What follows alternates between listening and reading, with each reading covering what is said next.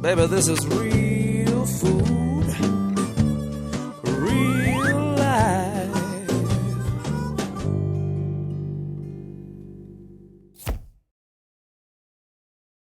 Explain to them when somebody isn't taking fermented foods, but yet you're still eating a live diet, but yet you're still not, like CJ's problem, he was eating somewhat of a live diet, but he wasn't getting better. How come fermented foods kind of jumpstart you a little bit and give your body kind of a head start to kind of start doing its process that maybe it had forgotten how to do? I mean, why does that happen? Why does someone's body, what happens there? What's the breakdown? Okay, well, do we have a moment? Yeah, that's a big question. Do we have a couple of hours? Okay. Digestion works north to south. Digestion begins in the brain. When we have the smell or sight of food, the digestive processes start. Then we bring the food in to the body, and we have the parotid glands right here that help us produce saliva. Carbohydrate digestion starts right here on contact with salivary amylase that digests carbohydrates. Then we swallow the saliva and the food that we've chewed, and it becomes something called a bolus, and it goes down into the stomach, where this is a nice acid tank. And we want to have a good, strong, digestive, acid-filled stomach. Most people say, I don't want acid in my stomach. Right. Oh, yes, you do.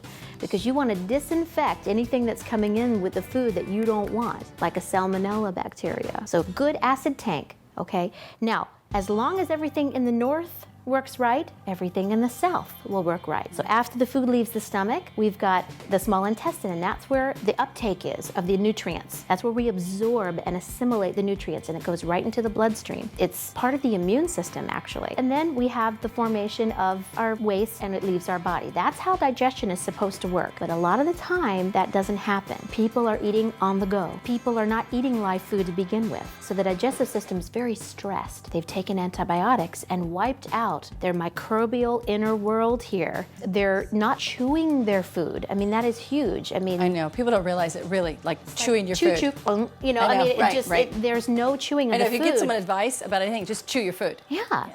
And sometimes they're taking medications or they have hormonal imbalances, because digestion is a system of hormone messages. If your endocrine system, which is all your hormone producing glands, is not working right, neither will digestion. When you are in sympathetic mode, meaning you are in fight or flight, it's a very primal system in the body that's in response to an emergency. Well, we used to have emergencies every little once in a while. Today we have emergencies that it's happening too much. Right. So we're in sympathetic mode. Now, since we're primal beings, sympathetic mode, it means we're in fight or flight.